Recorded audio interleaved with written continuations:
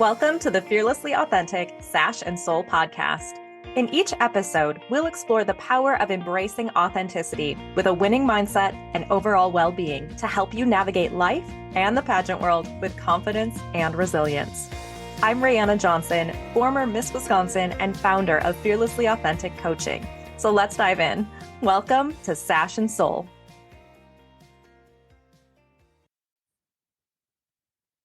Hello, everyone. Welcome back to Sash and Soul. I'm excited to introduce a guest to you today. We go way back. We're from the same hometown, but this is Chelsea Constantino, formerly Chelsea Dubczak, and she is Miss Iowa 2017. And now she is an entrepreneur, like boss babe, running her Coach Rain nutrition program. And I'm excited because we get to talk about her new book today. You guys, this is so good. This is so valuable. This is going to be one of the best conversations that you've heard in a really long time because so many of you are prepping for competition and fitness is top of mind and nutrition and wellness. So this is going to be a really great conversation for you to hear. So I'm excited to dive in. Chelsea, how are you? It's been a while. It has been a while. I'm so good. Thanks for having me on. I'm excited to be here. Good. What's new? Tell me about your life lately. Oh my gosh. It's like, what isn't new, Yeah. honestly? No, things are really, really good. Like you mentioned, I just published a book, which is so wild. I'm still in the pinch me phase of that.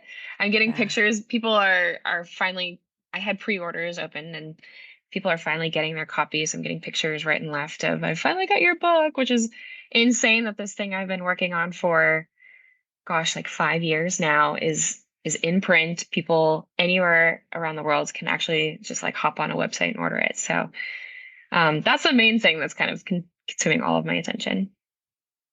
Crazy. And how's married life? Still good? Marriage is awesome. Yeah. I love my husband so much. He is truly my best friend. Mm-hmm. Actually, our anniversary is coming up in a couple of weeks, 3 years of marriage, which is also crazy to Congratulations. think about. Thank you. Yeah, we're going to take another big trip. We love to travel. So if Yeah. you follow along on social, I post a lot about that, but we're taking a big trip to Italy to celebrate, which I'm very excited for. Oh my So, gosh. yeah, Have marriage you is been to great. Italy? We on our honeymoon, we took a Mediterranean cruise, and so Mm-hmm. the first stop was, and one of the last stops was in Italy, and we knew once we were there, we're like, okay, we're definitely coming back here, and so Yeah. that has been the plan. We're basically doing a whole tour of Italy, starting north, ending in Sicily at the bottom, and we're Okay. gonna revisit our favorite place that we went to on our honeymoon. So Where's very your favorite excited about that. place? It's a little coastal town called Taormina. Yes, And been there. actually, have you really? Okay, yes, because I was hoping that it was going to be a place that I had been. So we went on our 1 year anniversary trip to Italy and we did something very similar to you. We were there for 2 weeks and Taormina was one of our places that we stopped at. Oh my gosh. Oh, yay. This is so good. Yeah. Oh, it's just okay. So if anyone's seen White Lotus, the second Mhm. season takes place in Taormina, and we'd already been there when we started watching that.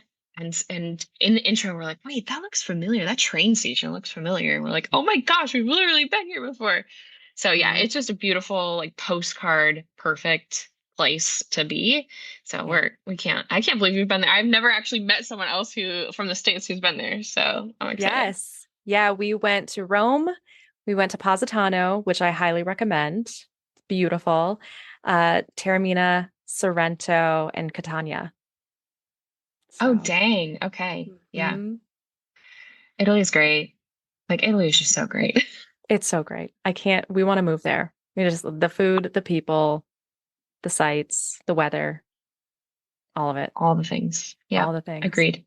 Yeah. All right. So for those of you that don't know you as a pageant girl, tell us a little bit about your journey. I mean, it's been a hot minute. I know, like I celebrated 10 years this year, so I get it. Um, What? Oh I my did, gosh. I did, but you're younger than me, so your time Not is by coming, my much. friend. The decade Yeah, mark not by is it's much. yeah, it's It's fun. Dang. Hmm. Okay, yeah. I guess it has been 10 years. For you, I'm close. Hmm. So as you mentioned in your intro, yeah, we go way back. I started my journey competing in the Miss America program as an outstanding teen when it was still called Outstanding Teen. Yes. So that's dating myself. And progressed into the Miss competition. My first title was Miss Holman, which is Hmm. also one of your titles. My very first title, Miss Holman. Was it? Hmm. Was it? Okay. Hmm. Um, yeah, shout out to the hometown. And just kind of went from there. I competed in the Wisconsin system for a little while, but I went to school in Iowa. And after I graduated from university, I stayed in Iowa. I was working there. And so, therefore, I was eligible to compete in Iowa. And it really just came down to one year. One of the other girls that we competed with was like, "Hey, are you going to compete? We age out this year. What are you thinking?" And I kind of put it away, honestly. She's like, just do it for the scholarship. I was in boatloads of student loan debt. I wanted opportunity to sing again. And so I just did that one last rally, ended up winning my local title in Des Moines, and then competed for Miss Iowa and won Miss Iowa, got to fulfill the dream of Miss America. And quite literally my life changed forever because of that experience. Wouldn't change it for anything. When you first started competing and kind of like through the time that you won Miss Iowa, your talent was vocal, Mhm. right? And at the time we were doing swimsuit. Yeah. What was the fitness journey like for you? And I ask specifically because I have an understanding of your fitness journey and I love it. And that's really what I want to talk Yeah. about most today. Totally. Totally. Contrary to popular belief about what can happen in the psyche of preparing for a swimsuit in a pageant setting, I think it was quite truly the best thing for me. I learned so much in preparing for any of the times I competed that required swimsuit. Um, because it came down to the fact that just knowing my body, I was never going to be the thinnest person up there. I just knew that. I have an athletic, muscular build, kind of have tree trunks for thighs, which I love. And I use that term endearingly, but I was just never going to be the super small girl. And to me, I took very seriously, they called it lifestyle and fitness in swimwear. I took very seriously the lifestyle and fitness part of that, regardless of what I was wearing. And so, I really wanted to approach this as a sustainable way that I could this however I was going to prepare for competition, I wanted to look the same at the end of my year as I did the day one of my year. And it was never more obvious to me that how important that was than when I was a state title holder. And every day you are in a new place. You're often sleeping in weird, hotels, and you're always traveling. You have Hmm. odd hours. You don't know what's going to be accessible to you. And so the skills that I learned in preparing for the state title holder job are really what sustained me through that, because every single day you show up as Miss State whatever, you, there's a really good chance that whoever you meet has never met a misstate. And so that's their only experience and interaction with the Miss America organization in general, or any title, any pageant organization. And so you have to be on every single Hmm. day for a whole year. And if you're eating garbage and you feel like garbage and you're doing convenience because that's the easy thing to do, it's going to take a toll. And so I guess that's a long-winded way of saying it was truly the best thing for me, and it has set me up for success where I mean, almost 10 years after becoming Miss Iowa, I am very, very close still to my competition physique just because it's literally my lifestyle. It's just how I exist. I didn't have to go through any arduous diet or workout plan specifically to prep for state or prep for Miss America or whatever. It's just how I exist. And so, I don't know, did I even answer your question? You did. And I want to talk more about this because I was wondering before I hopped on the call with you if you did any of the like the building and then cutting type thing Yeah. that a lot of like bodybuilders or swimsuit competitors do. Yeah, I actually didn't. No, when I was competing for that last time that I went to compete for anything and I ended up winning local and then winning Miss Iowa, I had just started my CrossFit journey. Mm, Up until then, I really was doing random fitness things, Pinterest workouts I found. I had a personal trainer for a little while, who taught me a lot, but I I didn't have really an organized fitness routine that was anything purposeful. And I didn't, what I thought I knew about nutrition then, I had really no idea. I just, when I first started, it was kind of okay, I'm not going to have mac and cheese when I would normally have mac and cheese. Like it was cutting out the obvious, this is not beneficial for me health wise. Um, and that was at the really start of my pageant journey when I was that last time that it really like mattered to me, honestly, the most. I was already doing CrossFit, which incorporates a nutritional aspect. So I was already learning that just for my own health and benefit and well-being. So it just translated super well into preparing for state. I quite literally did nothing differently preparing for state and preparing for Miss America than I was already doing in my everyday life. I actually remember, this is kind of a funny story. I was working for I was as a voice teacher part-time on the side. Um, and I remember being in the kitchen at the voice studio between students, just heating up my dinner. I always had dinner that I already made from my house and I bring it with me. I was heating it up and the husband of my boss essentially happened to oversee me heating up my dinner and he looks, he said, I thought you were getting ready for Miss Iowa. I said, yeah, I absolutely am. Said, "Well, aren't you supposed to starve yourself? That's a lot of food." oh, And I will never forget him saying that because in that moment I was like, "This is my chance to like change the dialogue." And he said, this is what I eat every single day. This is my normal meal, and actually, no, you don't have to starve yourself. Um, I'm very much against that. I need to fuel my workouts so that I can build muscle, so that I can have a physique I'm proud of walking on stage. I care more about being capable and alert than being as skinny as possible. And it wait, just what were you blows eating that day? mind. Do you remember? I Um, need to know what was on the too. plate.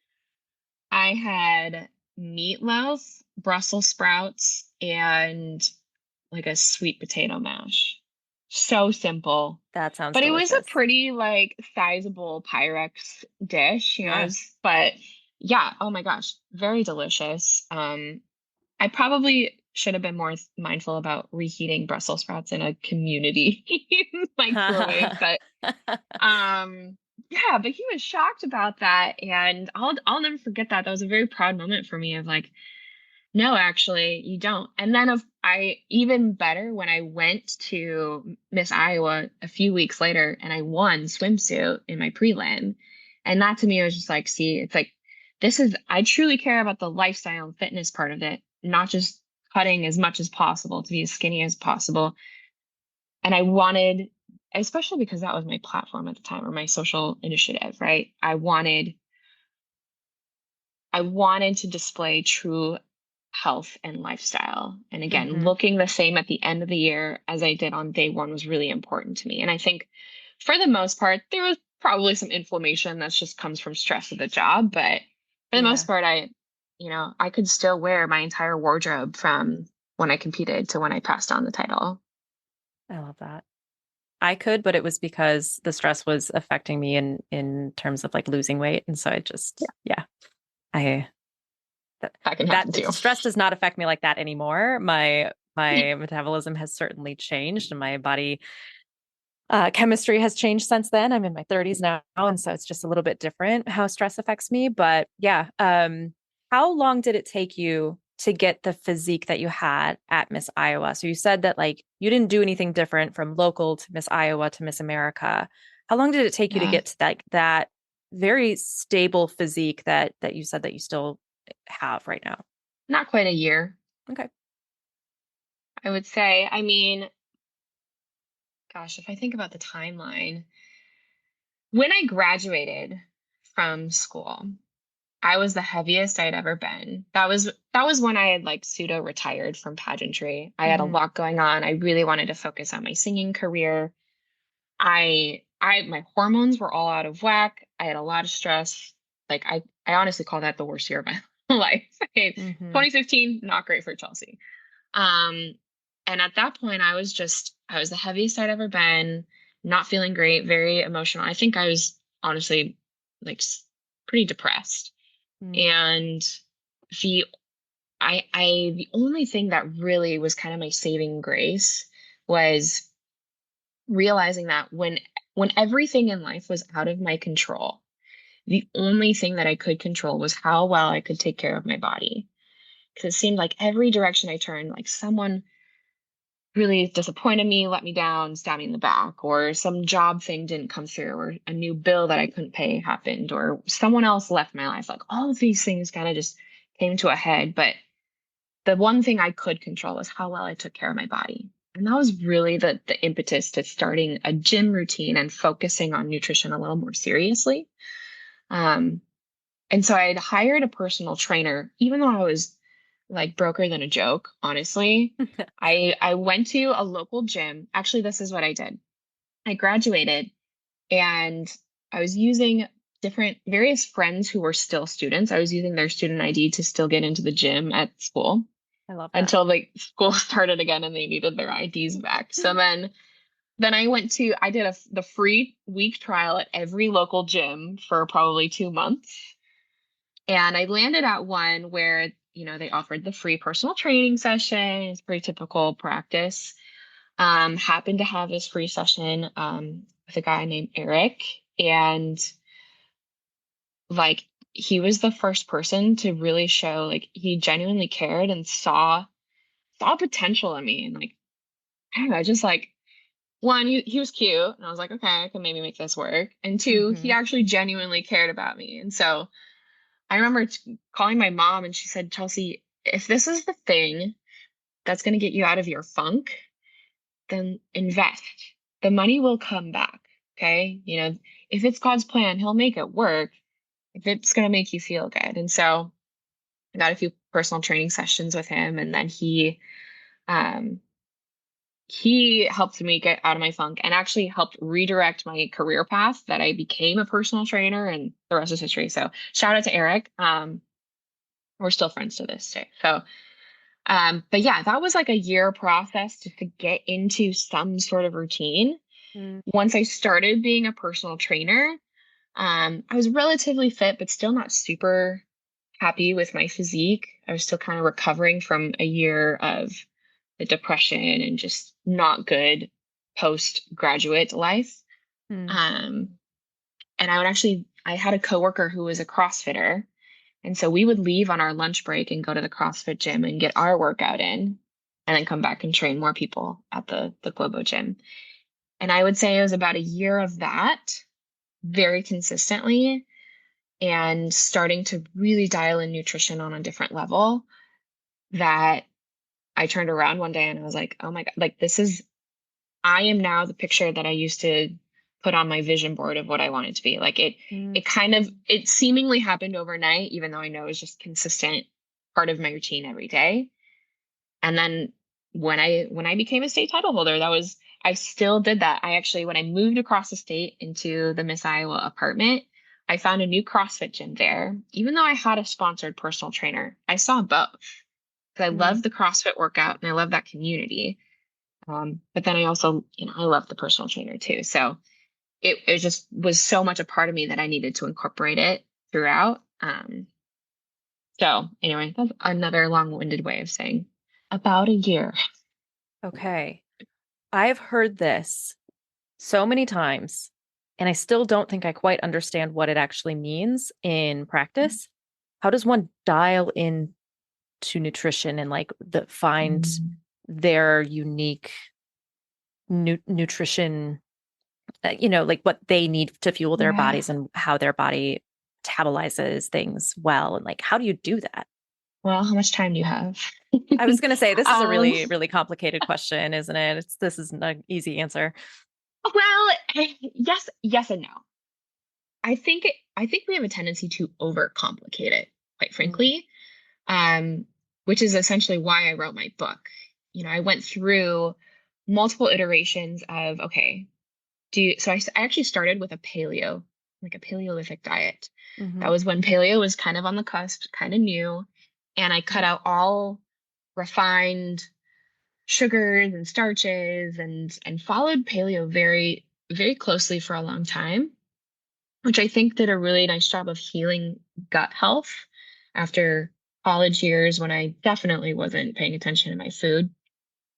Um, so I'm really grateful for that. But it came to a point where um, I was I was very diligent about eating according to paleo standards, but I was missing out on some quality of life, and my body still wasn't lean like I wanted to be. I was slender, but I was still fluffy, if that makes sense. Sure.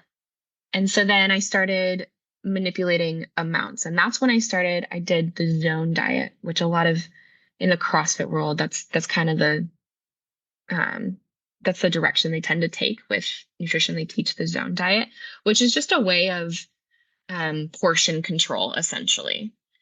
Um, or it's another way of doing macro counting, if you've heard of macros. Okay. So I started taking the quality of paleo and I paired it with the quantity of the zone diet. And from there, I started to learn more about, okay, for me, if I actually have a little bit more carb centric stuff, I perform a little bit better at the gym. I can get more out of my workout, which means more muscle mass, which means better definition. If I do protein, a little heavier protein here, and I just kind of started to learn how I felt based on different proportions of food.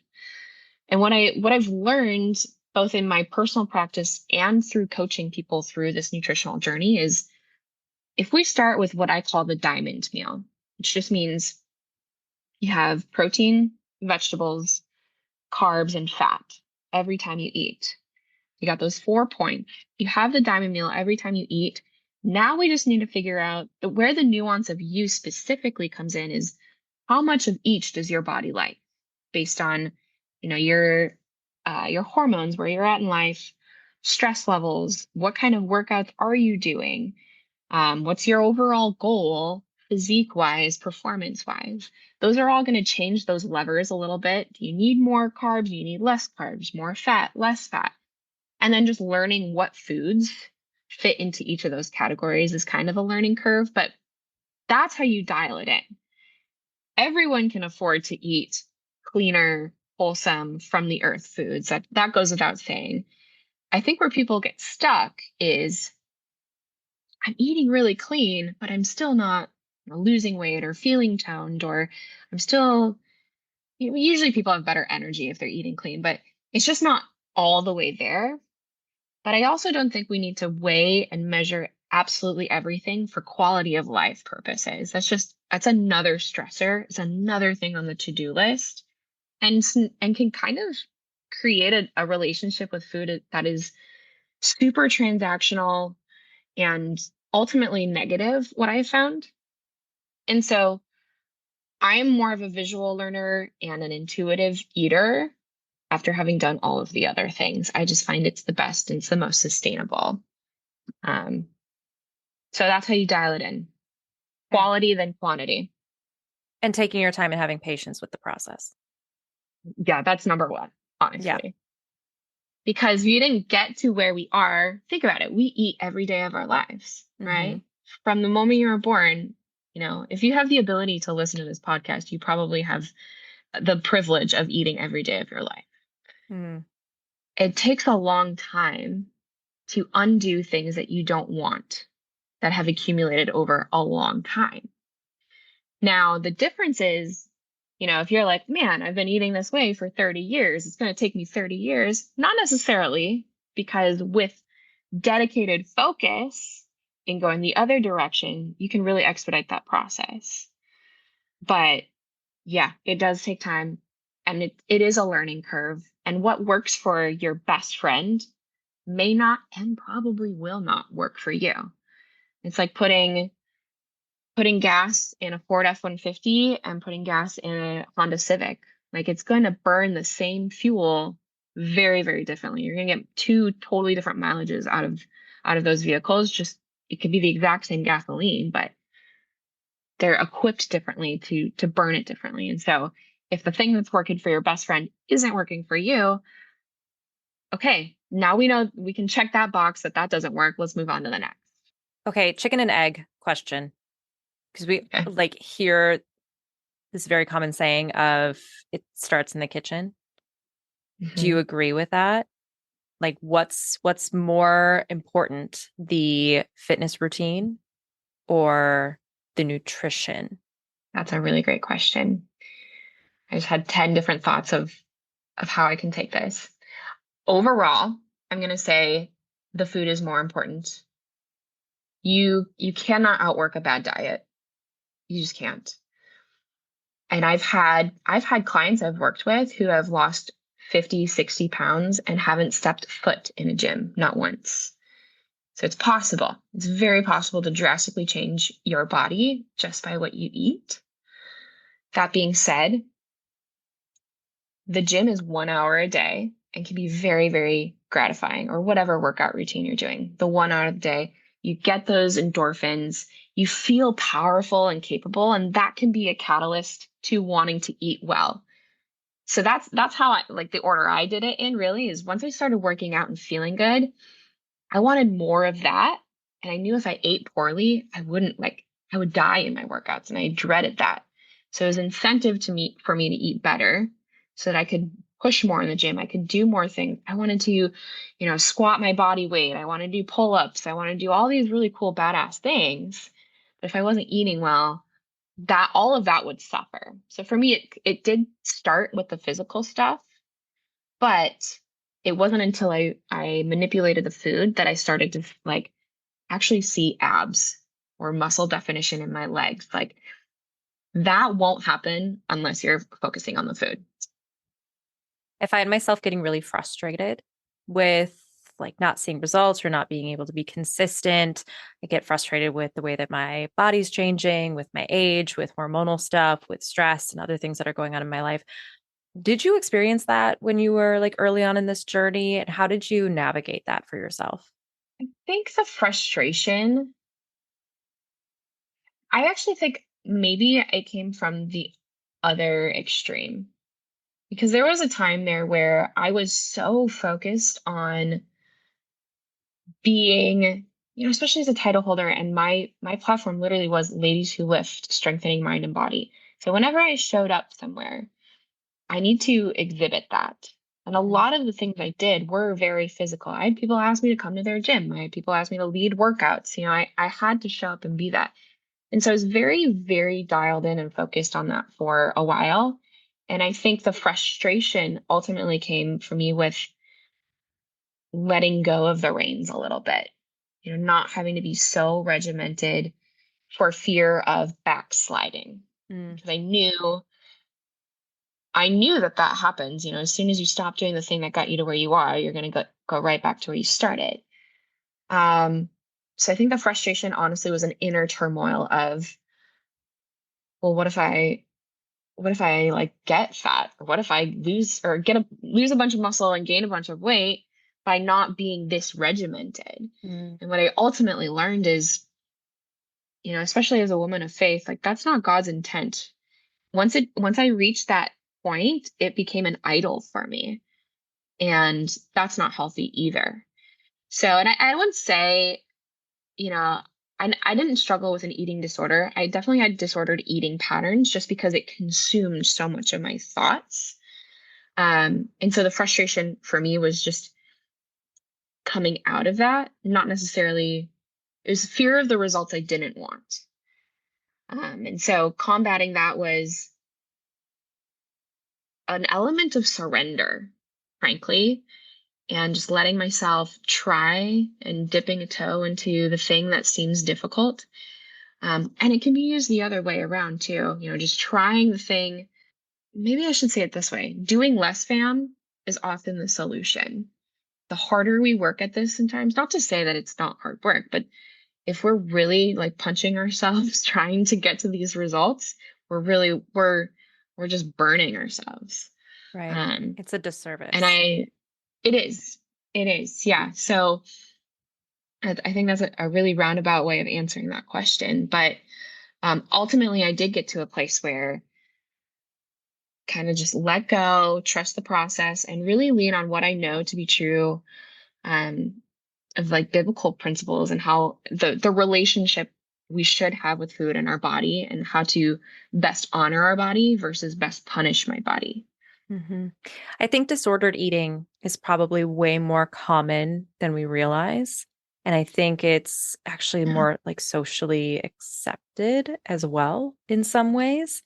So can you touch on that? Can you touch on like what are the signs of disordered eating and how do we combat that? I would imagine it's a lot of just like radical acceptance and Yeah. self-love and like changing like our habits of thinking. But from your perspective, what does disordered eating look like and how do we combat that? So in my own experience, and I guess with clients that I've coached too, it shows up as it's all consuming. Mm. Every single thing you eat, you think about. Every time you don't eat, you think about it. You think about, should I eat? Should I not eat? Should I eat this? What's going to happen if I do? What's going to happen if I don't? And then you eat the thing, and then you think about, should I have eaten that? Probably not. And it's just a constant thought process, this Mhm. train that never turns off.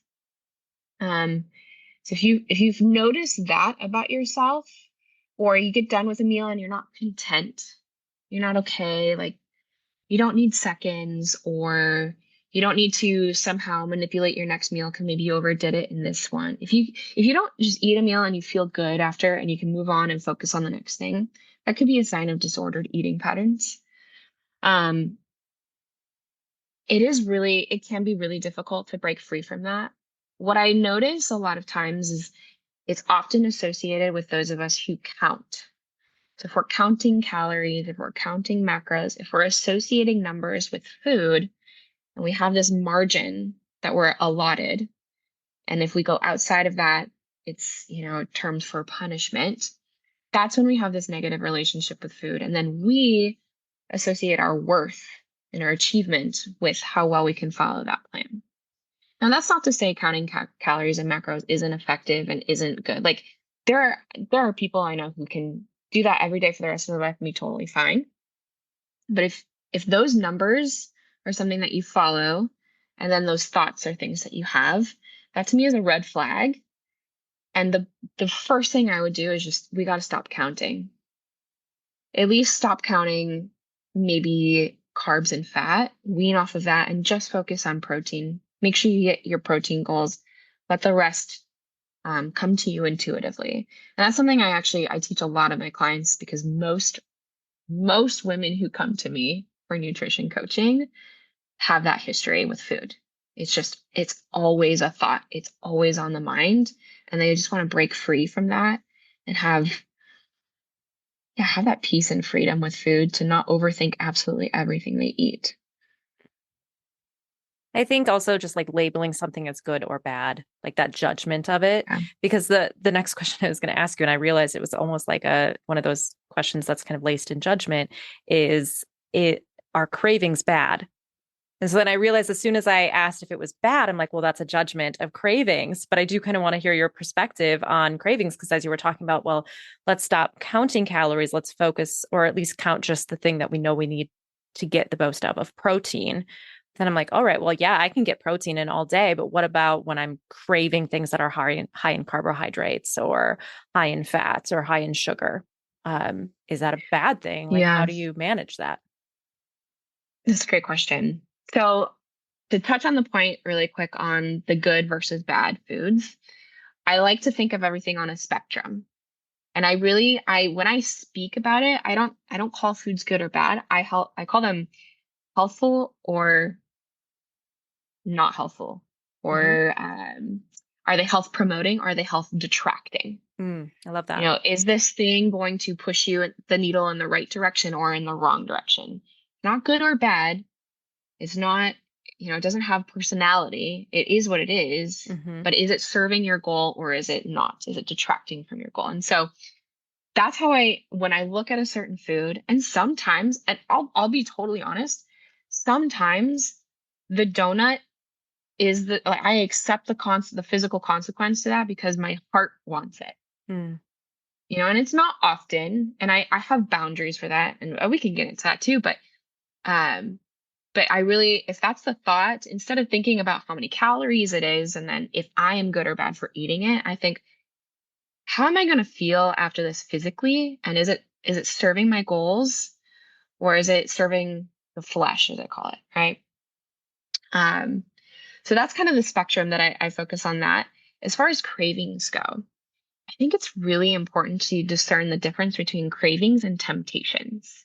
Those Mm. are two very different things. I believe that God gave us cravings as a health measure and protective measure. And so here's how we know the difference. Okay, cravings kind of come on out of nowhere. Nothing really triggers it, but it's on the mind and it's almost insatiable. You can't not think about it until you've satisfied the craving. That's different than a temptation, which comes after some sort of trigger. You thought about it, you saw it, you heard it, you smelled it. Someone brought into the office, you were flipping through Instagram, you saw it. Something triggered it in your mind, and now you really want that thing. But if you can distract yourself for like 5 minutes, you kind of forget about it. So if we know the difference between those, temptations are the things that are impulsive and we need to stay away from usually. Not a lot of people are like, oh my gosh, broccoli. I really want broccoli now. Like that's just Hmm. not really a thing, right? It's usually the unhealthful, not serving our goal food choices. And so if it comes on because you saw it, heard it, whatever, and it's not insatiable, it's just like, oh, that sounds really good. I really would like that. And you can kind of forget about it after a little bit. You don't need it. Whereas a craving is usually your body telling you, hey, I'm really depleted in XYZ vitamins and minerals. I know in a way I can get those things from this food that you've once eaten before. I'm just going to keep sending signals for that thing. And so one thing that I teach my clients, I have a whole chart on this is, if you're craving, say, like bread and pasta and carby stuff, a lot of times that means you're nutrient deficient in nitrogen. You just need more nitrogen. And so if like I have on this chart, some real food, health, nutrient dense choices high in nitrogen are high protein foods, eggs, beans, nuts. Okay, so if you have that craving for like breads and stuff that is not going to serve your goals, but you kind of can't shake it. If you can supplement that with the things like the meat, the beans, the nuts, or whatever it is in that nutrient, a lot of times they just go away. It's pretty miraculous. If you satisfy that craving with the thing that you need, you don't crave the thing anymore. There's just no real satisfaction when you have like leaned into a temptation versus if No, you've like satisfied a craving in a healthy way. That's I that's think an a good way excellent to point. generate like or to understand the difference between those two as well. So then how does that tie into emotional eating? Because you mentioned like differentiating between, am I eating because it sounds fun to you or like a donut, right? Or versus like I'm eating to fulfill some like deep pain or wound or stress or Yeah. something. What I like to teach is if you struggle with emotional eating, most of us have a good idea if that's something that we are a victim to. Hmm. But if something, well, let me pause because there is a lot of good emotion tied to eating and food. Think about babies. Before we can communicate, our really main mode of communication is vocalizing, right? So a hungry baby starts crying. Mom knows that cry, feeds baby, stop crying. So we're really wired from a very early stage to be emotional and then treat that emotion with food. And Hmm. that's because food gives us a dopamine response, that happy hormone in our brain. When it becomes an issue is that when we grow up and we can discern between those things, and then we have a negative emotion and we also use food to treat that. You get bad news at work, or you have a stressful day, or get in a fight with your spouse, or whatever it may be, those negative emotions now cannot be solved via food. It's very that dopamine is very fast. It comes on quick and then it dies off quick. And so when we find that we're turning to food for the negative emotions, what I challenge is to anytime you're reaching for food in that moment, let's divert it to another activity. Um, whether it's uh, sadness or stress or fear or loneliness, those feelings where it's just easier, or even boredom, where it's just easier to grab food and like do an activity that doesn't involve food. I have a client who um she walks around with a Sudoku book. And anytime she like goes to mindlessly snack on something, emotionally eating, she'll just do a quick puzzle. And then her emotions have time to calm down. She gets more level. She finds out, oh, actually not hungry. I can go back to doing whatever I was doing. Um, but I think also happy emotions are associated like celebrations, holidays, feasts. I have a whole chapter on that in my book, how feasting is quite literally biblical, and we should have these happy emotions tied to it. It can quickly cross into gluttony, but that's another conversation for another time. Um, but that's it's good. Like we can have emotion tied around food. We just need to make sure that it's in alignment with the goals. Like if it's an emotion that's pulling away from the goal that we have around physique and health and our food intake, then we need to put some boundaries on it, if that makes sense. It does. I want to hear more about the biblical perspective of food and health and wellness. When I saw that you had released your book, I was instantly fascinated by this because I don't think I've ever really heard someone use the Bible to help teach, educate on nutrition and wellness, but it makes perfect sense. I mean, I have a book behind me on boundaries that is biblically based Mm. in scripture and helping us understand what healthy boundaries are. So like why wouldn't we have that for all other areas of our life? And so I love that you've taken the time to really interpret this. So tell me a little bit about how the project got started. I know that you have used your faith in your journey, in everything Mhm. that you've done, but was a huge impact you mentioned in your health journey as well. So how did you get this idea to start a book and help other people make this connection? Yeah. It's been quite a roller coaster, honestly. I was reflecting on this as it did publish. This has been about a 5-year journey of writing a book. And it really just came to me one day. I really felt like the Lord said, I need you to write a book.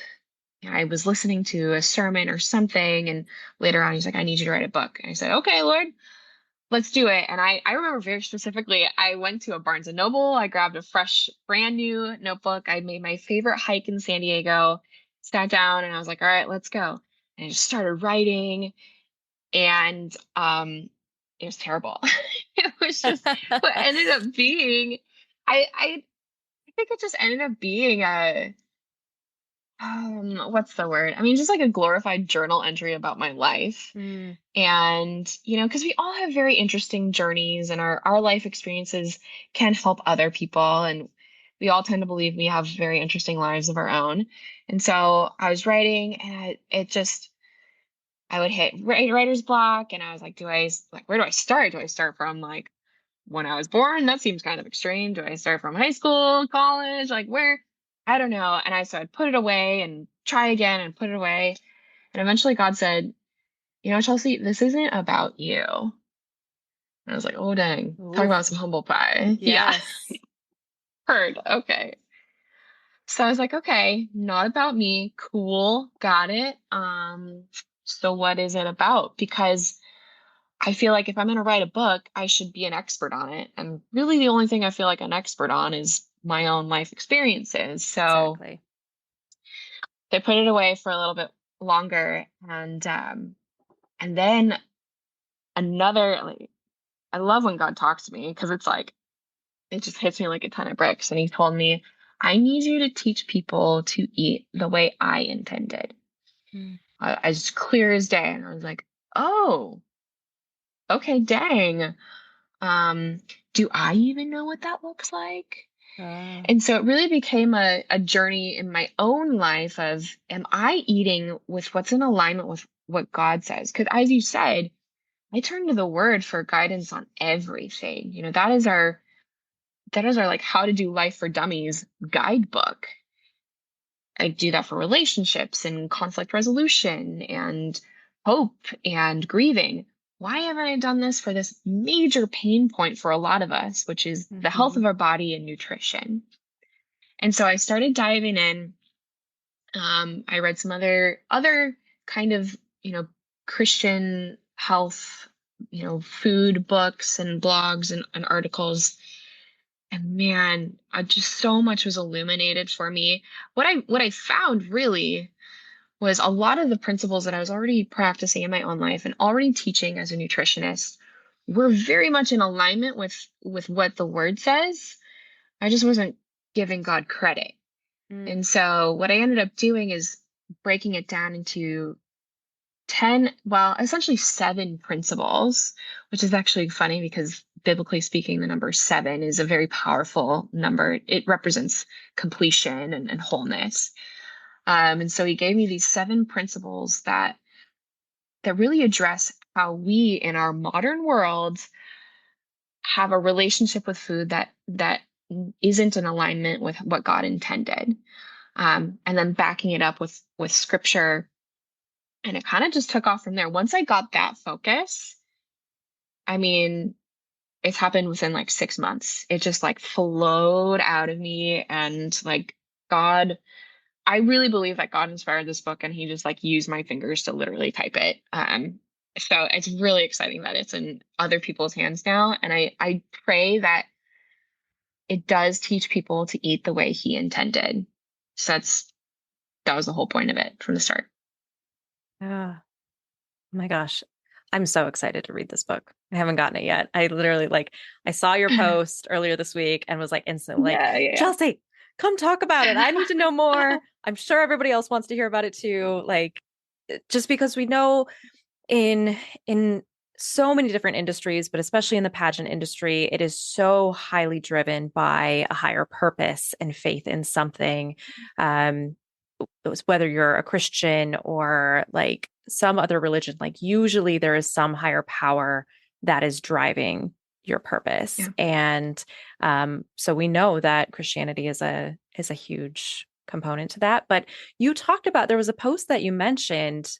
I realized like you're not just talking about like Christians because you were talking about kosher food and how that actually ties in too. So can you talk about like how there is some interconnections between what the Bible says and Yeah. what other religions say? Did you find that in like to be a common thing? Specifically Judaism, because Hmm. Christianity came from Judaism, Right. right? So just kind of context there. Essentially what I have discovered is for the most part, we should be eating, if you want to eat biblically, you should still be eating by most of Jewish practices, the Hmm. Jewish law. Um, and I go into this in the book, but there's quite a lot of science that really suggests that based on the health evidence of these studies, if you eat this way, which happens to be very much how Jewish practices follow the Jewish food ways, um, you're gonna prevent all of these illnesses and sicknesses. And so, like for example, in the book of Leviticus, which is everyone's favorite book of the Bible, very dry read, but I spent a lot of time in Leviticus, and I've actually learned to quite love it. Um, there is a very lengthy list of clean versus unclean foods to eat. Hmm. Um, and you can go look that up. There's a little bit in Deuteronomy too. But a couple of the things, it's fascinating to me how some of the things are like, oh yeah, totally. Like I would never eat snake. Like that's cool, makes sense to me. And I get that that's an unclean food. Or I would never eat um birds of prey like vultures. Like got it. And then there's things that are like pork on the unclean list. And it's like, but I really like prosciutto. Like it's Hmm. just like I have this like, but really, God, like, are you sure about like that one's changed though, right? And so I have to really come to terms with these hard truths of, okay, no, like the word, if I think it's an all or nothing thing, it's either all true or it's none true. And I'm of the belief that it's all true because then my life is just totally upside down if I start to think and like pick and choose Sure. things. So if I accept that the word is all true, then it's saying, for example, actually, I'll take this example. Shellfish Mm. is on the unclean list of foods. Technically, of the sea creatures, it says in scripture, of the sea creatures, the ones that are clean and good to eat, they must have both fins and scales. Okay. If they are lacking one or both of those, they are unclean to eat. Okay, now just reading that in scripture, you're like, okay, that kind of sucks. Like I like shrimp and lobster and like I love crab cakes. But but like crabs or shellfish is a common one, right? And so, but it's technically falls under unclean in scripture. And so if you just read scripture, it kind of feels like all of these really harsh rules of like, why do you say yes to this and no to this? Like, isn't everything that God created good? Hmm. Isn't didn't like why would he make foods that are not good for us? And what I've really come to learn is, well, he made animals and plants, but he didn't make all of them for our food. And so he gave us very, very specific, these are for your food, these aren't, these have a different purpose. And so, for example, with the shellfish, lobsters, crab, shrimp, all of those shellfish are known as bottom feeders. Hmm. So their role, quite literally as a species, is to be the ocean floor vacuum. So they just eat all of the garbage and the waste and stuff, like not human garbage. Well, maybe, I don't know, but like all of the sea creature waste, that's what they feed on. And so if we fish that up and then eat it, now we are also eating the garbage and the waste of the water. But they're set up, their digestive system is set up to be a filtration system. But if we eat that, we're eating what's in the filter. And so it's no wonder that there are so many, people with like shellfish allergies, and a lot of seafood illnesses come from shellfish. And it actually, in my research, I found that it wasn't until early 1900s that shellfish was actually even considered a delicacy at all. Hmm. Up until that point, it was prison food. It was used as bait for other fishing. It wasn't, it just wasn't appealing until we had civilization inland and could ship things in, and the people inland didn't know any better. And so they could mark it up, and now it became a delicacy. And isn't it funny how Oh just my as gosh. culture Yes. evolves, like, and then we just learn to believe because other people told us. Right. Um, and so I learned that, and I went to a steakhouse like a week later, and of course the surf and turf, if you want to add the lobster tail, it's another $40. I'm like, $40 for garbage fish. It's so crazy to me. So, learning those things based on what the Bible says just illuminated so much. Now, that's I should kind of put a caveat to that. Just because, so the difference here, let me back up. The difference here is with the Jewish law, if you're a practicing Jew, you still eat that way because you believe that you must follow these rules for salvation. So if you are Jewish, following these laws is your ticket to heaven. Like that's how you make right with God. Hmm. That's how you have your sins forgiven. That's how you get to heaven. As a Christian, we believe that Jesus did that for us. And so we are no longer bound by these laws for salvation. That doesn't mean that they're not good for us. Mm-hmm. And so there's a place, I forget, I should have this memorized. There's a place in Matthew where Jesus says, I'll talk about the Mark verse, Mark chapter 7.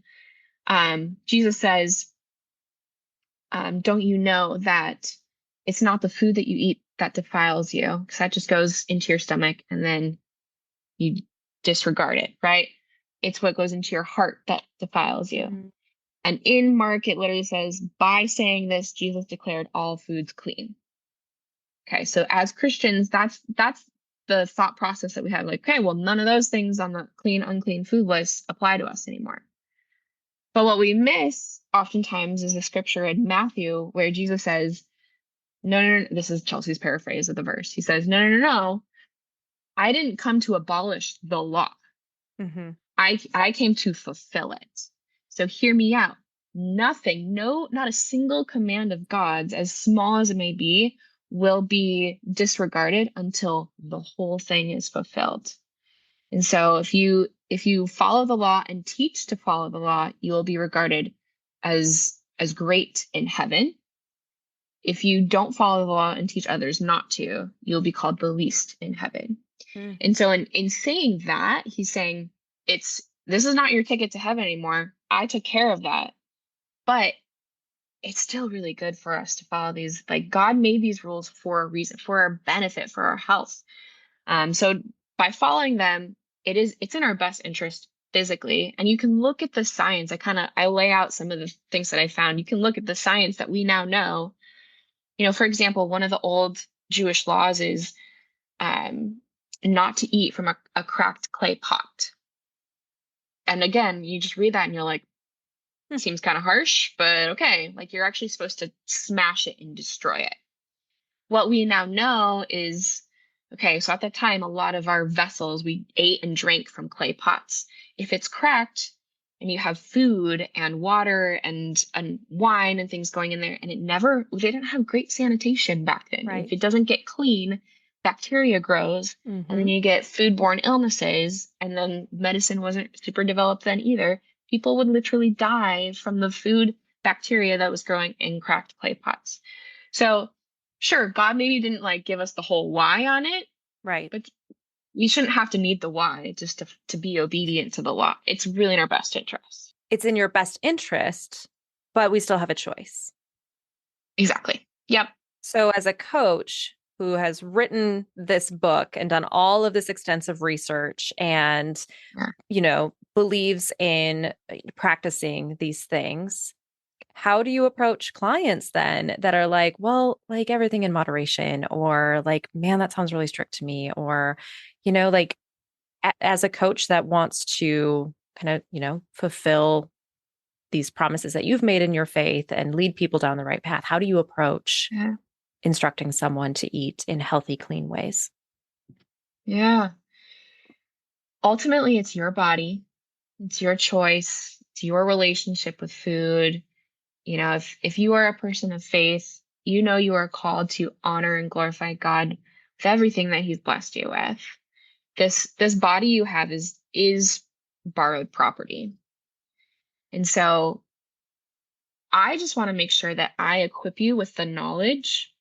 You can do with it as you please, but I want to make sure you totally understand, okay, here are the potential consequences of these food choices. You can make them, Mm-hmm. but you should know and be willing to accept those consequences. And sometimes I will say, I mean, I have clients who know exactly what to do, and then they just can't help but go to In-N-Out.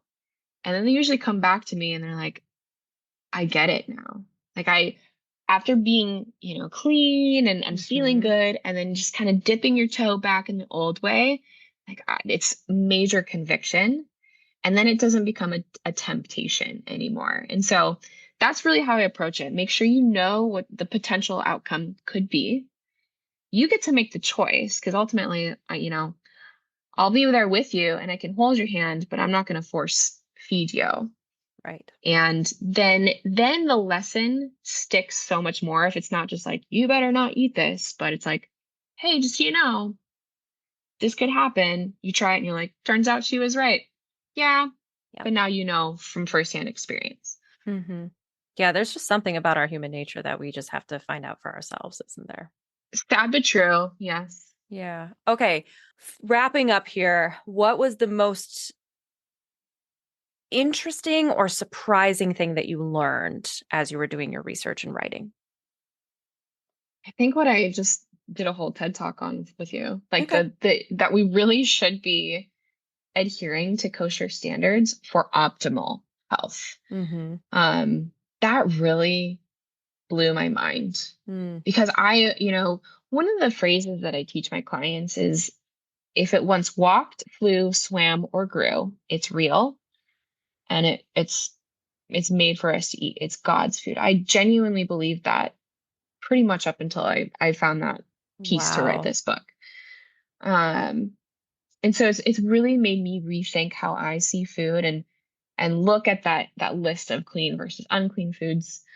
Because in Genesis, so the creation story, um, we were vegetarians to begin with.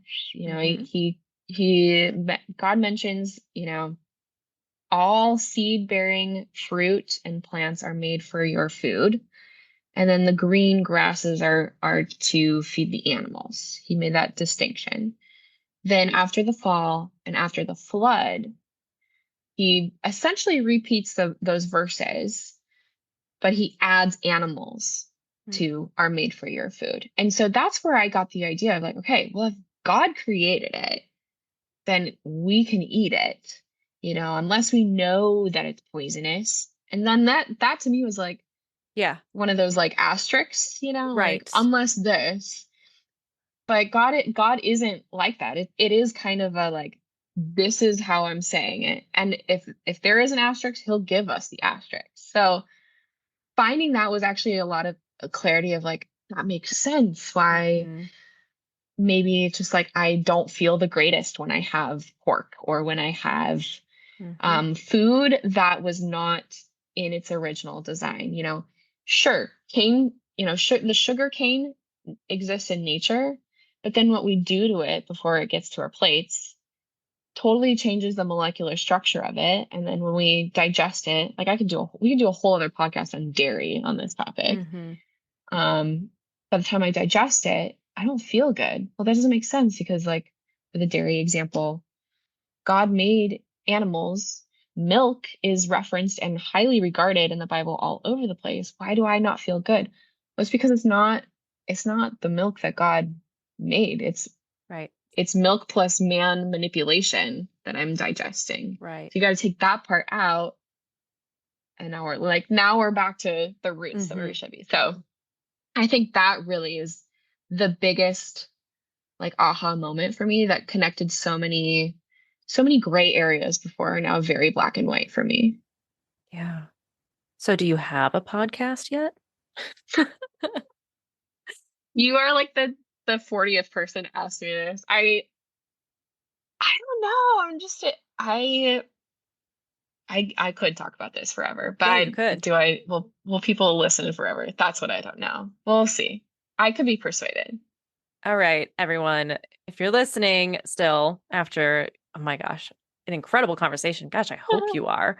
I was on a podcast last night and the host was like, well, if you're still with us. And I was like, oh, that's kind of sad to think about that people just like check out, but it probably happens, I right? Like sure this hope doesn't so. pertain to me or I'm busy or I'm not even paying attention or whatever. Like that happens, right? We all do it. But Yeah. I just listen on 1.5 speed. there you go. Get through it a little bit Yeah. quicker. I mean, we can process it that quickly. So that's why I don't There worry you go. so much when I'm talking really fast because I'm like, people can Yeah. process it. It's fine. Anyway, 100%. if you're listening and you're like, Chelsea, give us more, tell us more. Like, I need to know more about this. Drop a comment, reach out to her because I agree. Like, I could ask you questions for hours on this. Obviously, I'm like a sponge sitting here, like, what else did you learn? What else do you know? How else can I Yeah. apply this to my life?